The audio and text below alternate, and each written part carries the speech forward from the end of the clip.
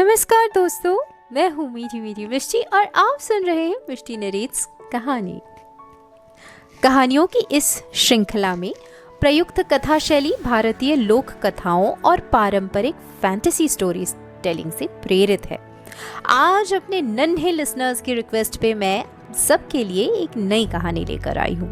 वैसे तो हम सबके अंदर एक छोटा सा बच्चा हमेशा जिंदा रहता है और जैसे ही कोई कहानी शुरू होती है वो बच्चा हमें अपने साथ एक नई जादुई दुनिया में ले जाता है। तो आइए फिर आज चलते हैं कल्पना, रहस्य और रोमांच से भरी एक अनोखी यात्रा पर। आज की कहानी का शीर्षक है आर्यगढ़ की 3 राजकुमारियां। एक समय की बात है, आर्यगढ़ नाम के विशाल राज्य में वीरेंद्र देव नाम का एक न्यायप्रिय राजा राज करता था। उसकी दया, उदारता और न्याय की चर्चा दूर दूर तक होती थी। उसके महल में सोने चांदी के खजाने भरे पड़े थे। सेना शक्तिशाली थी और प्रजा सुखी थी। लेकिन इतना वैभव होने के बाद भी राजा के जीवन में एक कमी थी। उनकी कोई संतान नहीं थी। राजा की पत्नी महारानी मृणालिनी अत्यंत सुंदर और बुद्धिशाली थी। दोनों एक दूसरे से बहुत प्रेम करते थे। वर्षों तक उन्होंने संतान प्राप्ति के लिए मंदिरों में पूजा की, दान दिए और व्रत रखे। फिर एक दिन जैसे उनकी प्रार्थना सुन ली गई, महारानी ने एक साथ 3 कन्याओं को जन्म दिया। पूरा राज्य खुशियों से झूम उठा।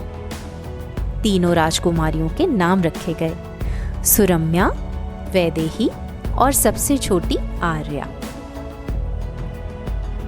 तीनों बहनें जैसे जैसे बड़ी होने लगी, उनकी सुंदरता की चर्चा दूर देशों तक फैलने लगी। लेकिन उसी के साथ महल में अजीब घटनाएं भी शुरू हो गईं। एक दिन सुरम्या बगीचे में खेल रही थी कि अचानक झाड़ियों में छिपा एक विषैला सांप उसकी ओर बढ़ा। सैनिकों ने समय रहते उसे मार गिराया। कुछ दिनों बाद वैदेही नदी किनारे घूम रही थी कि अचानक उसका पैर फिसला और वो नदी की तेज धारा में बहने लगी। एक नाविक ने अपनी जान को जोखिम में डालकर उसे बचाया। फिर एक शाम सबसे छोटी राजकुमारी आर्या फूल तोड़ रही थी कि अचानक वह चीख मारकर गिर पड़ी। जब लोग दौड़कर पहुंचे तो वहां एक काला बिच्छू रेंगता हुआ दिखाई दिया। इन घटनाओं ने राजा और रानी को भयभीत कर दिया। आखिरकार राजा ने राज्य के सबसे बड़े ज्योतिष महात्मा को बुलाया।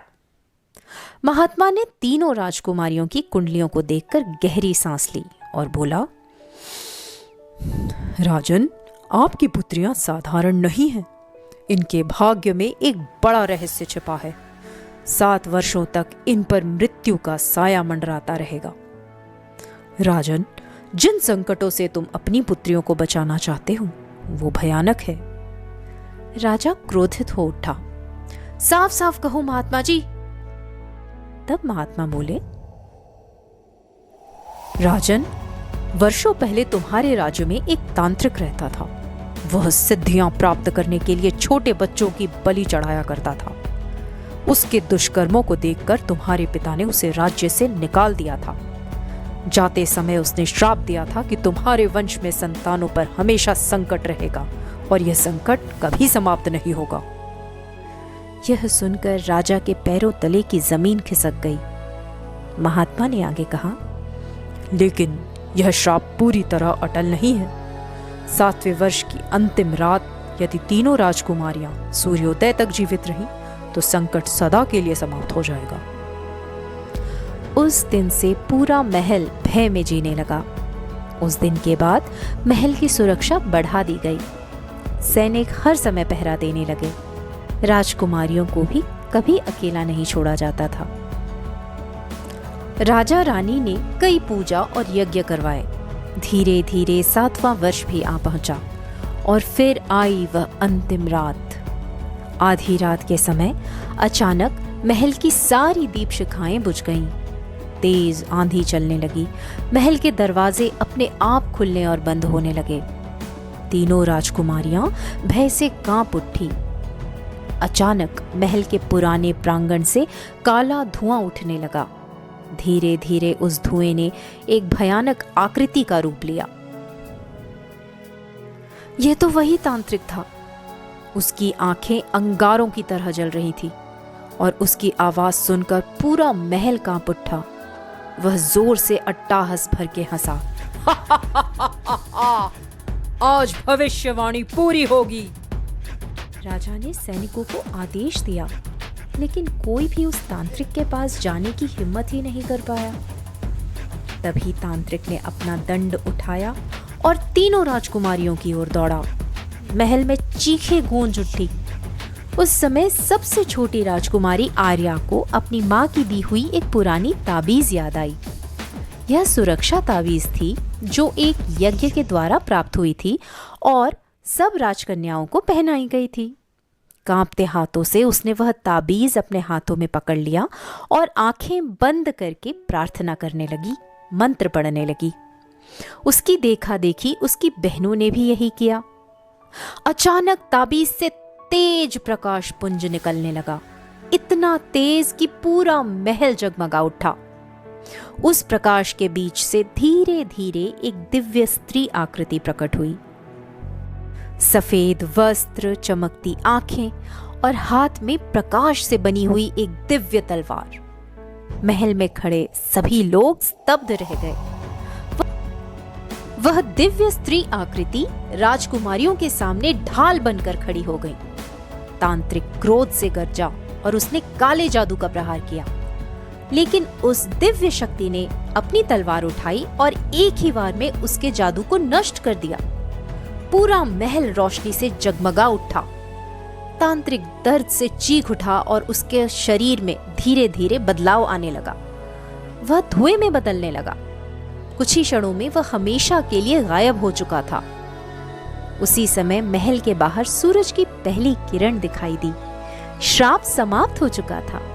राजा और रानी की आंखों में खुशी के आंसू बहने लगे थे। उन्होंने अपनी तीनों पुत्रियों को गले से लगा लिया। लेकिन जब सबने उस दिव्य स्त्री को धन्यवाद कहना चाहा, तो वह मुस्कुराई और प्रकाश पुंज में विलीन हो गई।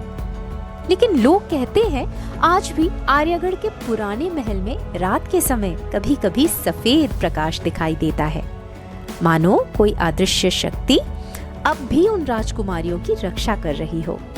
उस दिन के बाद राज्य में फिर कभी कोई संकट नहीं आया और लोग पीढ़ियों तक यह कहानी सुनाते रहे। तो कैसी लगी ये कहानी मेरे नन्हे साथियों? अगर अच्छी लगी हो तो कमेंट में नाइस जरूर लिखना, और कोई डिमांड हो तो वो भी हम पूरी करने की कोशिश करेंगे। तो दोस्तों, यहाँ हर आवाज एक एहसास है और हर कहानी एक सफर। तो बस सुनिए मत, महसूस कीजिए। और अगर आप भी एक राइटर हैं और चाहते हैं कि आपकी कहानी मेरी आवाज के जरिए दुनिया तक पहुंचे, तो डिस्क्रिप्शन में दिए गए गूगल फॉर्म के थ्रू अपनी कहानी जरूर भेजें। आप हमें ईमेल भी कर सकते हैं to millinarieskahani@gmail.com। हमारे पेज को इंस्टाग्राम में फॉलो करके आप अपनी स्टोरी DM भी कर सकते हैं। ऐसी और इंटरेस्टिंग स्टोरीज के लिए लाइक, शेयर और सब्सक्राइब करके हमारा मनोबल बढ़ाइए। दोस्तों, हमें फॉलो कर लीजिए, बेल आइकॉन को प्रेस कीजिए फॉर द नोटिफिकेशन। तो भेजते रहिए अपनी stories and until next, bye.